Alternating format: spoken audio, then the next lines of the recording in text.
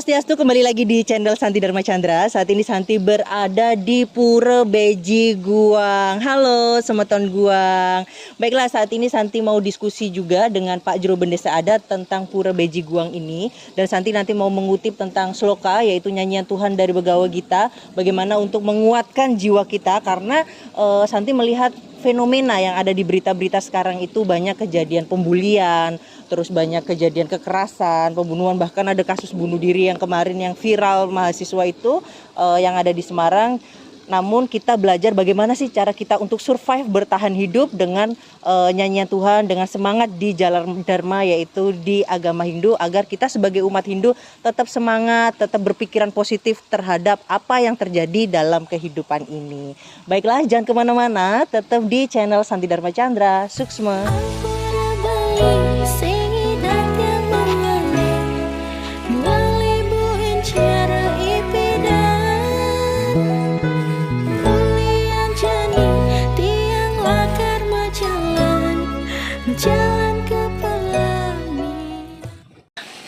Baiklah, ini adalah salah satu rekomendasi untuk kalau teman-teman ingin nangkil di pura yang ada di Bali, yaitu di Pura Beji Guang. Akses jalannya ini sangat seru sekali ya, karena harus menyeberangi sungai ya. Harus hati-hati, harus pelan-pelan, karena nangkil itu butuh perjuangan. Nah, ini untuk Astunggaranya, debit airnya masih nggak terlalu deras ya. Jadi di sini, ini untuk akses jalannya seperti ini. Oke, kita lihat. Baiklah, nanti Santi mau menuju untuk langsung ke puranya. Jangan kemana-mana, tetap di channel Santi Dharma Chandra.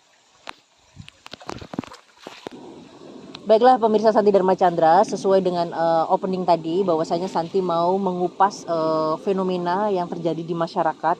Santi baca untuk berita-berita viral yang akhir-akhir ini, banyak kasus bunuh diri, banyak kasus bully, banyak kasus kekerasan yang terjadi di masyarakat seperti itu. Dan kasus-kasus tersebut itu tidak memandang gender, tidak memandang usia, tidak memandang profesi. Berita dari anak-anak sekolah juga ada, anak kuliahan juga ada, terus dari profesi orang tua yang sudah bekerja atau apa, itu kasus-kasus tersebut itu sepertinya sudah jadi berita sehari-hari gitu loh. Jadi itu kayak miris, tapi kok ada terus gitu. Jadi itu pengen Santi urai, kenapa sih ada faktor-faktor seperti itu, kenapa hal-hal tersebut itu menjadi suatu kebiasaan yang ada di masyarakat, padahal kita tahu hal tersebut itu tidak bagus, tidak baik gitu kan. Nah, faktor yang utama adalah ketika Santi membaca atau reason dari orang lain, itu alasannya stres atau depresi, karena banyak manusia yang lupa cara bagaimana mengolah rasa yang ada di dirinya, seperti itu kan.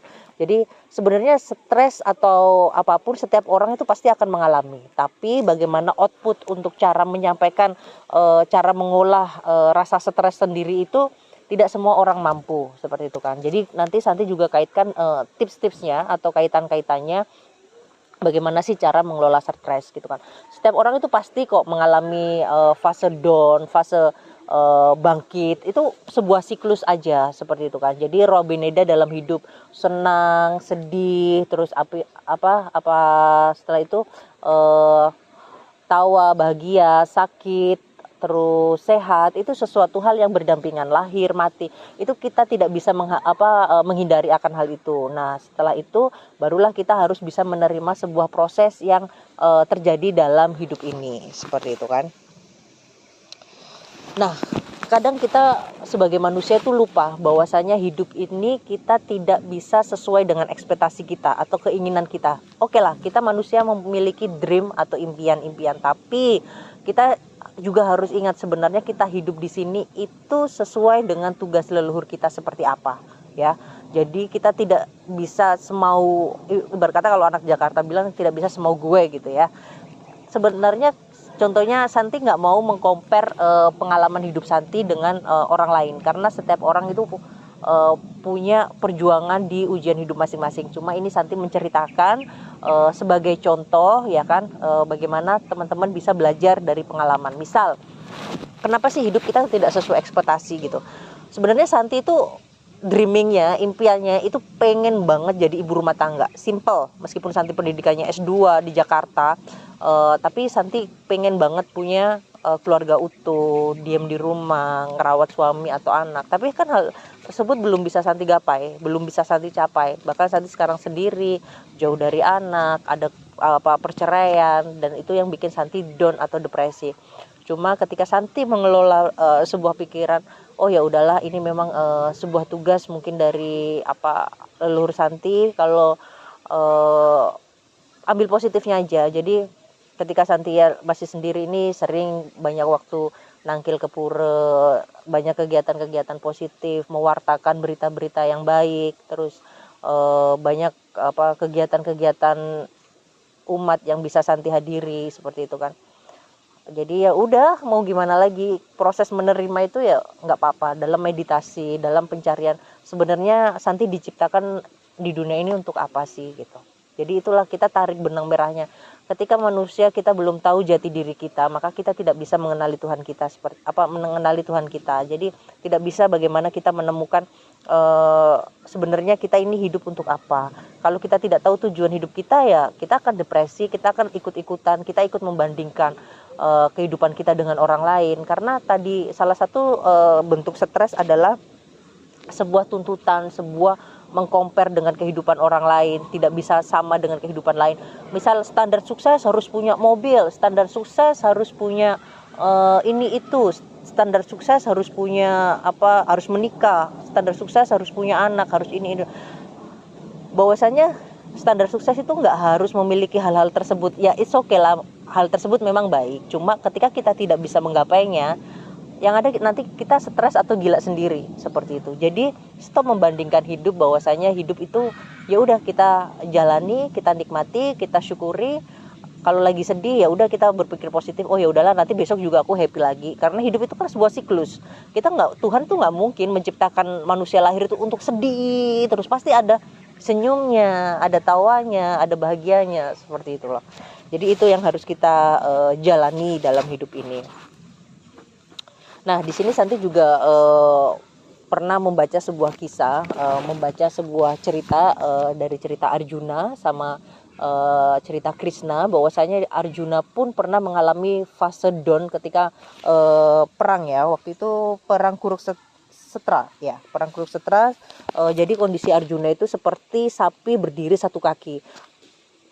Berdiri satu kaki itu tidak ada ketidakseimbangan, ketidakstabilan, bingung, lemah, terus beban itu terlalu berat, sedangkan topangan juga cuma kekuatan hanya satu kaki. Tapi dalam fase-fase tersebut datanglah sebuah beliau yaitu Krishna untuk menguatkan Arjuna. Jadi Krishna sendiri di sini tuh seperti psikologis atau seperti guru spiritual yang menguatkan Arjuna agar bisa tetap teguh untuk di jalan dharma, seperti itu kan. Nah, di sini yang menggambarkan situasi Arjuna itu ada di Bhagavad Gita 1.29, yaitu anggota tubuh saya menjadi lemas, mulut saya terasa kering, sekujur badan saya gemetar, dan bulu roma saya berdiri. Dan ini juga dilanjutkan di sloka Bhagavad Gita 1.30, bahwasanya busur Gandiva terlepas dari tangan saya dan seluruh kulit saya terasa panas membara. Saya tidak kuasa lagi berdiri dan pikiran saya kacau tidak menentu. Nah, sloka tersebut itu menggambarkan kondisi Arjuna, bahwasanya bahkan Arjuna pun juga pernah mengalami fase-fase down gitu loh. Jadi apalagi kita manusia, jadi nggak perlu kita terlalu dalam bersedih. Oke lah, bersedih itu wajar, nangis wajar, marah juga iya. Santi juga mengalami hal tersebut gitu kan. Tapi yang nggak boleh adalah berlarut dalam sebuah rasa itu. Nggak boleh kita tenggelam dalam sebuah rasa kesedihan. Kita hidup ya udahlah, let it flow aja gitu kan. Kalau dibilang kok Santi kok enjoy sih jalani hidup, Santi kok happy aja sih, sebenarnya nangis itu pasti ada waktunya nangis kalau inget anak, terus inget seperti ini itu. Tapi ya mau gimana lagi gitu. Jadi Santi tidak bisa mengontrol apa yang sudah Tuhan berikan. Jadi saya serahkan semuanya, hidup Santi udah sepenuhnya buat Tuhan aja, seperti itu kan. Jadi ikhlas aja, baik aja. Ya sebenarnya nggak gampang juga sih jalani hidup. Cuma ya di sini di channel Santi Dharma Chandra ya kita saling nguatin gitu kan. Nah di sini gimana sih Santi mau menekankan bahwasanya hukum bunuh diri juga tidak baik juga. Udah banyak yang tanya, terus Kak kalau di Hindu hukum bunuh diri itu kayak gimana gitu kan. Sedangkan hukum bunuh diri di Hindu itu termasuk ulapati atau ngulapati. Jadi itu karena kematian yang sesuatu hal yang disengaja. Jadi itu namanya ulah pati dan ngulah pati. Nah, di sini di dalam Lontar Parasara Dharma Sastra disebutkan orang bunuh diri adalah orang yang hendak mempercepat kematiannya. Jadi memang matinya belum waktunya, tapi udah dipercepat seperti itu kan. Kadang Santi juga bingung kan. Di sisi lain banyak orang yang ingin sehat, ya kan. Orang sakit aja kita lihat di rumah sakit pengen habis ratusan juta, habis puluhan juta. Mereka cuma ingin sehat. Sedangkan orang yang sehat berusaha mereka pengen mati. Kadang itulah warna-warni kehidupan yang ada di realita kehidupan sekarang ya kan.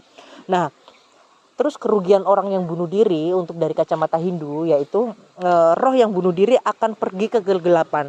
Nah, ini bunuh diri bukan menyelesaikan masalah tapi malah menambah masalah.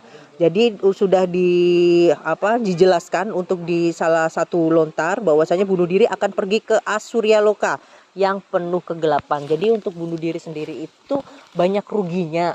Kenapa sih kayak gitu? Kita udah bukannya untuk malah seneng, bukannya malah masuk surga, yang ada malah gentayangan, malah di tempat yang gelap seperti itu loh. Jadi itulah yang kerugian ketika kita punya pikiran atau melakukan hal-hal tindakan bunuh diri. Jadi pikir-pikir lagi deh, jangan melakukan hal-hal tersebut. Hidup capek wajar, namanya orang manusia, nggak ada yang 100% untuk langsung happy atau tidak ada 100% yang langsung bahagia gitu kan. Semuanya berproses.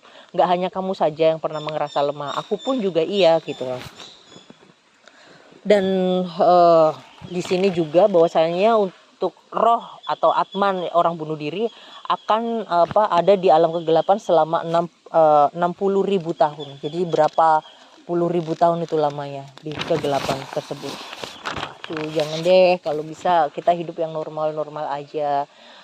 Hidup memang nggak gampang, memang iya. Capek itu pasti, tapi bagaimana kita bisa bertahan dengan kebahagiaan kecil. Oh ya aku hari ini masih bisa makan mie goreng. Oh ya aku hari ini masih bisa makan nasi jinggo. Oh ya Tuhan, hari ini aku masih bisa diberikan kesehatan. Udah, bahagia itu nggak perlu ekspektasi tinggi. Bahagia harus nunggu ini, harus nunggu itu, yang ada capek. Kadang Santi juga mikirnya, oh ya Tuhan, hari ini Santi Astunggara masih bisa nangkil nih. Astunggara Santi masih bisa jajan cilok. Oh ya Tuhan, hari ini Santi masih bisa makan kue laklak atau apa. Ya syukuri hal-hal tersebut aja. Nggak perlu harus bahagia harus nunggu ini itu, yang ada capek sendiri, yang ada nyiksa diri sendiri. Santi nggak mau kayak gitu. Nah di sini kan Santi pas fase-fase down itu kan, fase cerai, fase kehilangan materi, jauh dari anak, ditinggal orang yang Santi sayangi meninggal gitu kan. Jadi ada sih pemikiran-pemikiran pengen bunuh diri itu ada. Cuma pas waktu Santi lihat dan rasakan, lihat fenomena-fenomena atman-atman yang bunuh diri itu, ternyata mereka itu rohnya gentayangan, rohnya itu tidak tenang, jadi lontang-lantung lah ya. Jadi bingung kejelasan ini sebenarnya mau kemana, mau ke sana ke tempat yang lebih baik juga nggak diterima Tuhan. Jadi ya udahlah, Santi nggak mau punya pikiran seperti itu. Jadi nggak mau punya pikiran bunuh diri atau apa, yang ada nanti malah menyiksa diri. Nanti yang ada udah habis itu malu lagi mikir kalau bunuh diri itu nanti viral beritanya di mana-mana digituin kan. Jadi yang ada dikenang hal yang nggak baik gitu kan. Jadi kan ya itu dulu matinya bunuh diri kan, jadi malu kan. Jadi pikir-pikir lagi kalau mau punya hal-hal pikiran yang negatif gitu, nggak perlu dilakuin. Kita alokasikan pikiran kita, tenaga kita dengan hal yang baik. Contohnya apa sih cara pengendalian diri gitu kan. Ya kita harus bisa yang pertama meditasi, nyalain dupa. Sesetres-stresnya Santi nih kalau harum wangi dupa itu bisa mengurai stres. Itu yang Santi jalani. Apalagi kalau malam mau tidur pikiran kalut, udah nyalain dupa aja, duduk merenung, curhat sama Tuhan, curhat sama leluhur, curhat sama sesuhunan. Ya Tuhan, Santi ingin seperti ini. Ya Tuhan, ini yang Santi alami. Ya Tuhan, kasih berikan solusi seperti itu. Itu yang Santi lakuin sehari-hari. Nah, terus di sini Santi juga banyak hal yang ingin Santi sampaikan ke teman-teman, bahwasanya orang bunuh diri itu banyak ruginya. Jadi buat teman-teman tetap semangat menjalani hidup, tetap kuat, kita saling menjalani hidup ini dengan penuh sukacita. Kita saling nguatkan di channel Santi Dharma Chandra ya. Teman-teman nggak sendiri, ada Santi yang selalu ngasih semangat. Jangan lupa makan kalau pagi biar nggak sakit, harus tetap ceria. Kalau nggak apa-apa kok, kita bisa bahagia dengan versi kita masing-masing. Ada yang suka tiktokan, silahkan. Yang penting ya udah nggak ngerugiin orang lain, nggak merusak kebahagiaan orang lain. Oh, ada yang suka melukis, silahkan. Ada yang suka nari, silahkan. Ada yang suka ngedance, silahkan. Jangan sampai jadi manusia yang punya mental buta. Mental buta adalah manusia yang tidak bisa melihat orang lain bahagia. Jauhi mental dengki, dendam, iri, tidak suka orang lihat bahagia kayak gitu. Itu mental yang sangat buruk. Manusia yang positif adalah ketika manusia bisa melihat orang lain bahagia. Ketika manusia bisa melihat senyum orang lain bahagia ya. Hindari julid, dengki, gosip, hal-hal yang negatif seperti itu. Dan sekali lagi Santi tegaskan, kita harus pintar-pintar milih lingkungan ya. Kita harus pintar-pintar milih lingkungan yang baik, karena sepintar apapun kamu, secerdas apapun kamu, kalau kalian berada di lingkungan yang salah, itu percuma ya, karena itu nggak dihargai. Move, cari lingkungan yang bisa menghargai kamu ya. Itu cara kunci bahagia. Terus orang bunuh diri itu orang cukup rugi. Yang pertama ya, orang yang dibunuh diri itu tidak langsung diaben, tapi harus dikubur dulu bisa 5 tahun seperti itu. Belum lagi nanti ada upakara mecaru itu karena pas waktu kejadian orang bunuh diri itu kan auranya jadi negatif, jadi harus dibersihkan dulu itu dengan upakara mecaru. Belum lagi nanti upakara ngulapin, manggil arwahnya seperti itu. Terus ada juga upakara guru piduka, itu tergantung dengan desa adat Kalapatra masing-masing ya. Dan ini yang Santi pelajarin seperti itu. Nanti kan pengaruh juga ke biaya, nambah beban keluarga lagi. Itulah kerugian-kerugian ketika melakukan hal yang tidak baik seperti bunuh diri itu. Jadi pikir-pikir lagi deh ya, kalau di Bali lebih baik kita ke pantai bayar 2.000 atau ke pantai gratisan, duduk merenung nyalain dupa, ya udah banyak berdoa, nangkil. Terus apalagi yang di luar Bali, ya udah sama aja, mau di kamar kita meditasi dulu, sembahyang dulu, ikut yoga juga iya, semedi. Pokoknya dibuat rasa tenang aja lah dalam hidup ini ya kan. Terus kita kuatkan serada bakti kita. Misal kayak gini, bukan Santi sok rajin untuk ke pura, enggak, bukan Santi sok rajin untuk sembahyang atau sok spiritual, enggak, karena Santi merasa bahwasanya penghiburan hidup Santi, kebahagiaan Santi ya ketika Santi waktu di pura, ketika Santi melakukan kegiatan-kegiatan spiritual, ketika Santi sembahyang, itu ya udah, itu yang bisa menenangkan Santi. Mau ngapain lagi sih, apa sih yang dicari dalam hidup ini? Kalau nuruti pergaulan, dugem, party, atau nongkrong sampai pagi kan nggak habis-habis. Jadi ya udah, sekarang waktunya Santi ingin memperbaiki diri. Semoga suatu saat Tuhan tahu Santi ikhlas, tulus. Semoga ada kebahagiaan setelah Santi lewat ini ya. Anggap saja ini Santi lagi digembleng lah kayak gitu kan, lagi diproses sama Ida Sang Yang Widiwasa. Nah terus nanti kita nih teman-teman Santi Dharma Chandra harus belajar untuk jadi sosok pendengar yang baik. Pendengar yang baik itu ketika orang lagi stres, ada orang yang depresi atau apa, itu bukan aib sih. Stres, depresi itu sebuah ritme sih, bukan stres kamu gila nih kayak gitu. Enggak, jangan dicat, jangan dimaki-maki. Kayak gitu, mereka tuh butuh teman curhat, didengar aja, jangan malah dibanding-banding. Kamu gini, kamu gini, enggak. Mereka tuh cukup didengar aja udah seneng kok.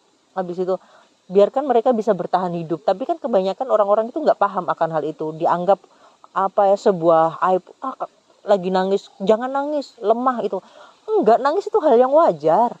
Setiap orang itu pasti mengalami fase down seperti itu. Jadi kita nggak perlu untuk ngerasa semua hidup baik saja, nggak bisa. lagi nangis ya udah nangis, lagi seneng ya udah kita seneng. Tapi ya itu, kita harus sadari bahwa segala sesuatu hal, rasa itu nggak ada yang abadi, gitu kan. Seperti itu.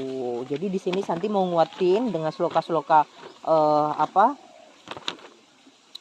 Begawa Gita ya, bahwasanya seluruh alam semesta harus dipandang sebagai Tuhan. Bagaimana kita menghormati dimanapun berada, menghargai bahwa semua proses hidup, terus bagaimana kita bisa menghargai terhadap sesama, terus ketenangan, kelembutan, keheningan, pengendalian diri dan kemurnian ini adalah disiplin pikiran. Nah, bagaimana kita bisa mengelola rasa emosi kita, stres kita, rasa bahagia kita kelola agar bisa menjadi tenang dan bisa kita tetap stabil, tetap lembut, tetap tetap hening, tetap tenang dan damai, seperti itu.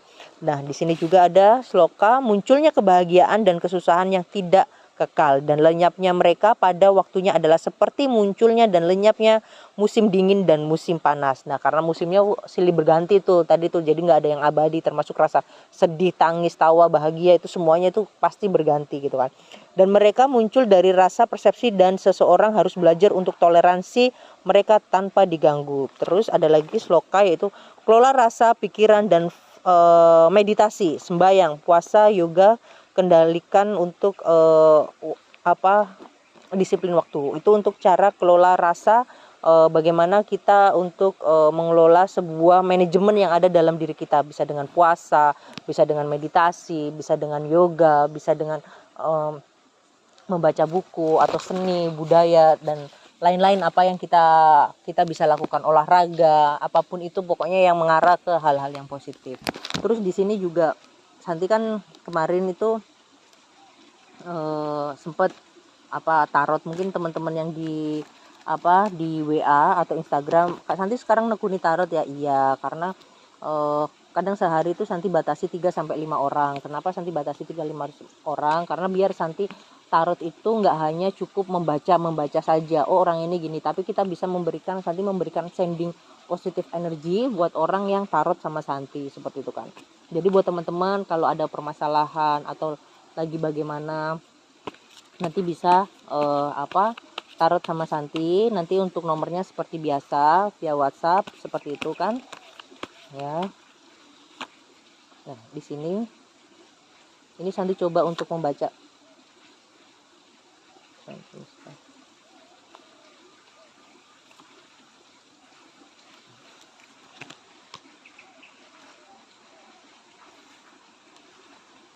Ini Santi menggunakan sarana 2 kartu.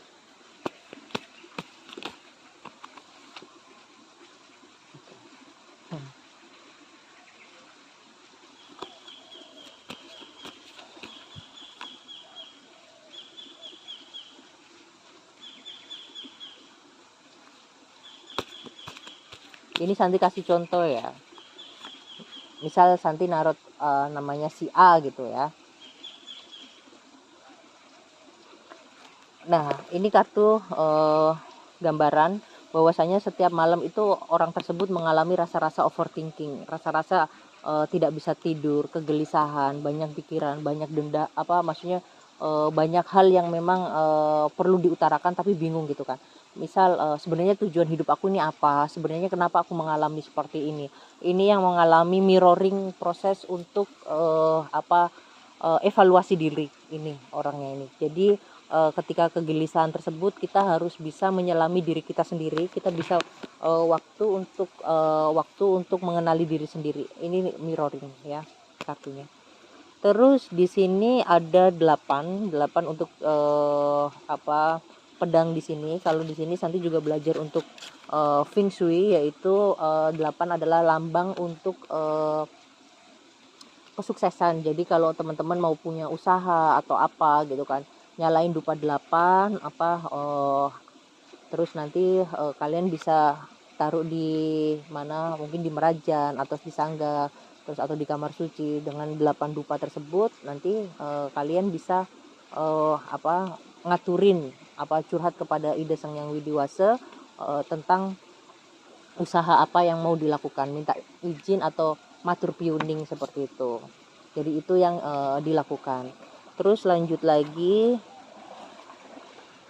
Nah, ini harus fokus dengan apa yang kalian lakukan. Jadi ada waktunya kalian tidak melibatkan orang lain dalam banyak hal. Misal ada fase-fase kalian harus tetap fokus dalam tujuan, tidak perlu mikirin ini itu dulu, hal-hal yang nggak penting nanti ngikut aja, biar nggak terkecoh, agar tetap bisa mencapai tujuan seperti itu. Itu yang harus kalian lakukan. Terus kalau di sini ini kisah asmara sih biasanya. Nah, ini gambaran ada mantan yang datang nih, atau kisah masa lalu yang datang hadir kembali seperti ini. Entah itu sebuah ujian atau kebahagiaan yang tertunda. Kalau memang pada fase-fase mantan datang yang pengalaman yang tidak baik, jangan mengulang luka kembali, gitu ya. Terus ini Santi baca tipe-tipe kartu ya. Nah, di sini dibutuhkan rasa kesabaran dalam arti ketika seseorang menunggu cinta sejatinya, ya kan, biarkan semesta yang bekerja, biarkan Tuhan yang menentukan, karena ketika kita ingin mendapatkan jodoh yang baik, kita harus bisa memperbaiki diri kita sendiri dulu secara mental, secara energi. Kita harus sama dengan pasangan kita agar tidak terjadi perceraian atau apa. Dan di sini adalah isu finansial dan karir. Mungkin saat ini masih tergoyahkan, masih banyak ujian-ujian hidup tentang finansial dan karir. Ini yang harus kita urai, bagaimana kalian cocoknya di bidang apa, misal entah dari bidang yang kalian tekuni, dari pengusaha atau kerja kantoran atau apa, nanti bisa terlihat di sini. Seperti itu. Jadi ini untuk tarot. Jadi buat teman-teman nih, kalau mau tarot, mau sharing, ya kan, bisa nanti sama Santi. Nanti bisa via WhatsApp seperti itu. Oke, terima kasih buat waktunya sudah nonton dan setia di channel Santi Dharma Chandra. Semoga kita saling nguatin, kita saling semangatin di jalan Dharma. Kita tahu bagaimana hukum Tuhan bekerja, bagaimana kasih sayang semesta itu ada, dan bagaimana kita tetap harus semangat dalam menjalani hidup. Semoga channel ini bisa bermanfaat bagi umat sedharma dan kebaikan datang dari segala penjuru arah. Dan nanti Santi juga pengen rekomendasi dong ke pura mana, bisa di channel Santi Dharma Chandra. Baiklah, mari kita tutup dengan Parama Santi ya. Om Santi Santi Santi Om. Oke. Baiklah, saat ini Santi berada di Pancoran Sholat, tepatnya di Pura Beji Guang, Sukawati, Gianyar, Bali. Santi mau meluka dulu, biar di hari film ini Santi bisa membersihkan diri secara pikiran, secara lisan dan perbuatan, agar kita bisa diberkati sama Ida Betara. Nah, Santi mau meluka dulu ya.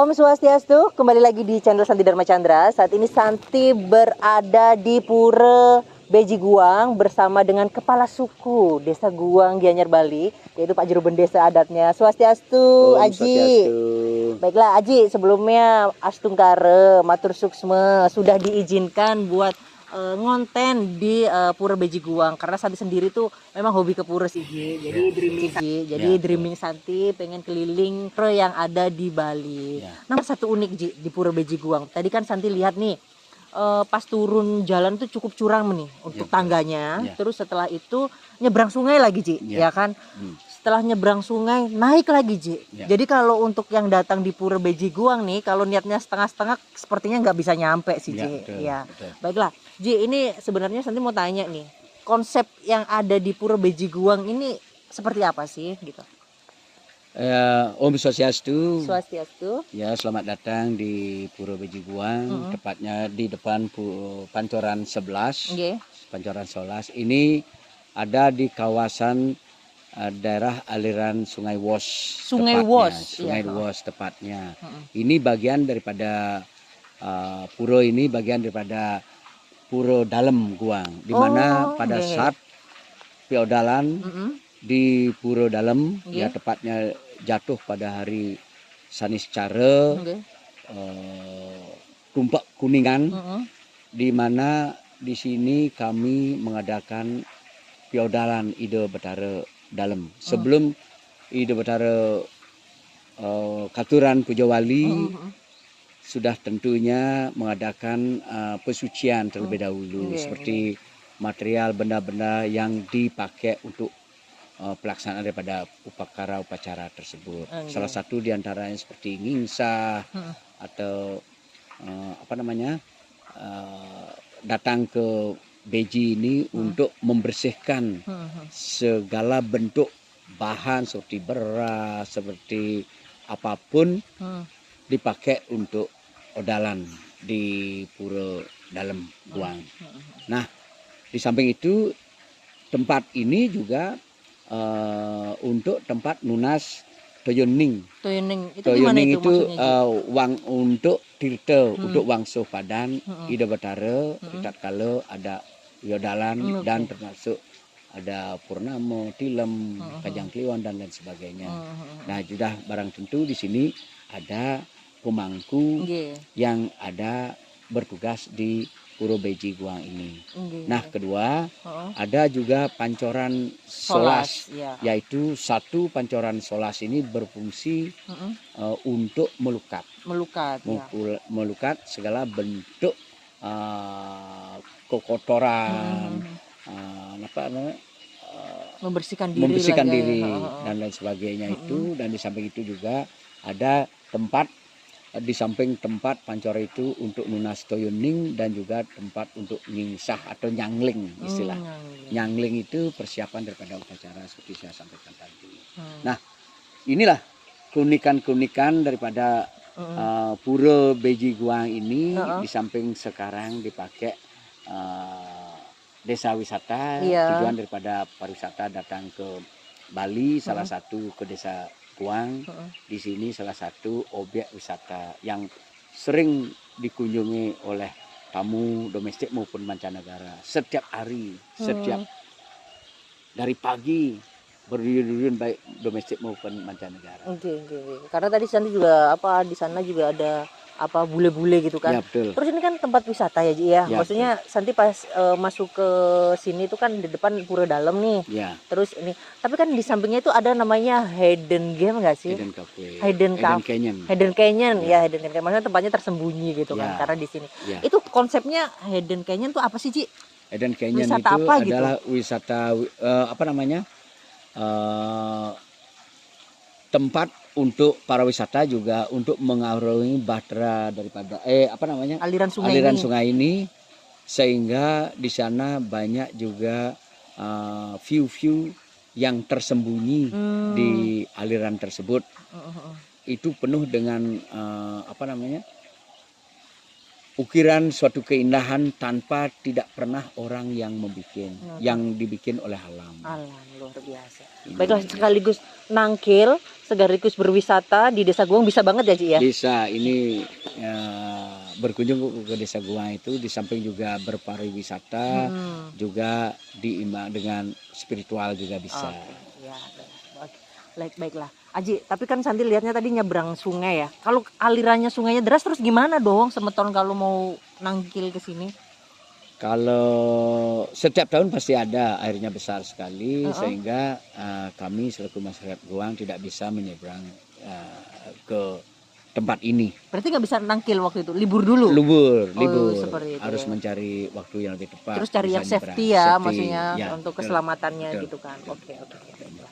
Luar biasa. Aji, nanti Santi izin untuk ambil gambarnya, terus nanti lihat pancoran solasnya, terus kira-kira pesan Aji nih buat umat sedharma, khususnya untuk di channel Santi Dharma Chandra ketika nangkil, atau pesan-pesan dari Aji selaku bendesa adat bagaimana sih ke masyarakat gitu? Ya, pesan daripada saya selaku bendesa bagi masyarakat atau orang yang berkunjung ke Pura Beji Guang ini, satu, dengan hati yang suci, hati yang tulus, yang hening. Kedua, betul-betul lepas daripada kecuntakan atau kekotoran dan lain sebagainya. Di samping itu, kalau tangkil ke Pura Beji ini pakai pakaian adat. Dan kedua, di sini sudah barang tentu tempat ini memang disakralkan atau disucikan oleh masyarakat Guang pada khususnya, dan masyarakat Indus Dharma pada umumnya. Karena Santi vibes-nya kalau di sini yang Santi rasain ya Ji, banyak kayak prajurit-prajurit, terus ada apa ya, semacam kayak pasar mungkin ya. Kira-kira nggak tahu ya, Santi kan juga masih baru ya, maksudnya sosok prajurit-prajurit ini yang ada di sini tuh siapa itu Ji? Kalau saya sendiri sih tidak tahu, tetapi yang jelas menurut cerita-cerita daripada orang tua, para penglingsir dari desa Guang ini, bahwa ini memang banyak ada prajurit-prajurit, Wong Samar, itu bagian rencangan mungkin rencangan daripada Ido Batara sesuai ring kayangan dalam. Jadi beliau itu seperti sosok-sosok penjaga yang ada di desa Guang sih. Betul Bener nggak sih? Itu untuk menjaga suatu kedamaian. Iya, jadi menjaga. Kadang kalau kita mungkin secara skala penjaga itu kan biasanya ada pecalang ya Ci ya. Nah kalau untuk secara skala ya beliau inilah mungkin, yang menjaga di desa Guang, apalagi di sana itu ada pura dalam yang memang harus kita jaga daerah aliran sungai ini. Dulunya ya Santi kan juga masih belajar ya Ji ya, seperti tempat prajurit entah menyucikan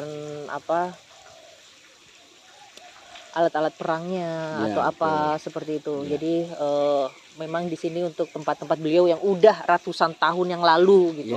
Terus ada kayak aktivitas semacam pasar atau apa yang memang itu secara niskala ya yang Santi rasain gitu di sini. Dan banyak sih, maksudnya hal-hal seperti itu kan kita hidup berdampingan, tapi kita nggak perlu takut lah ya, seperti itu.